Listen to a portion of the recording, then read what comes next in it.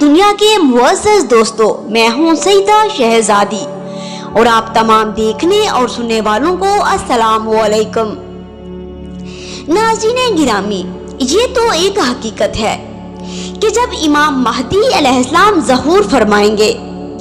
تب اپنے جد نامدار امام حسین علیہ السلام مظلوم کربلا کے قاتلوں کو قبروں سے اٹھا کر ان سے انتقام لیں گے،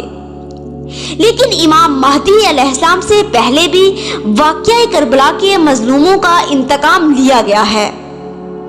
اور انتقام لینے والا کوئی عام انسان نہیں تھا بلکہ وہ فاتح ایران کا بیٹا ابو اسحاق امیر مختار تھا، جو امام علی علیہ السلام سے انتہائی عقیدت اور محبت کرتا تھا، جسے محبت علی کے جرم میں کئی دفعہ قید سنائی گئی،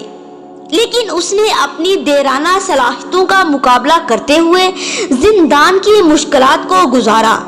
اور ہمیشہ دعا کی کہ پروردگار میری روح اس وقت تک قبض نہ کرنا جب تک میں امام مظلوم کربلا کے شہداء کا انتقام نہ لوں۔ بلاخر وہ وقت آ گیا کہ امیر مختار نے اپنا ایک لشکر ترتیب دیا اور ابراہیم ابن مالک اشتر کے ساتھ مل کر واقعہ کربلا کے قاتلوں کو فنار کیا، اور پچھلے ساتھ ہولی سنان بن انس قاضی شری، جس نے امام حسین علیہ السلام کو باغی کہہ کر واجب القتل قرار دیا تھا، ان کے سر تن سے جدا کر کے مدینے میں پہنچائے۔ شیعوں میں تب ایک مسکراہٹ آئی۔ تب 9 ربیع الاول کا دن تھا، اس لیے اس دن کو تمام علی علیہ السلام کے شیعہ عید شجاع مناتے ہیں۔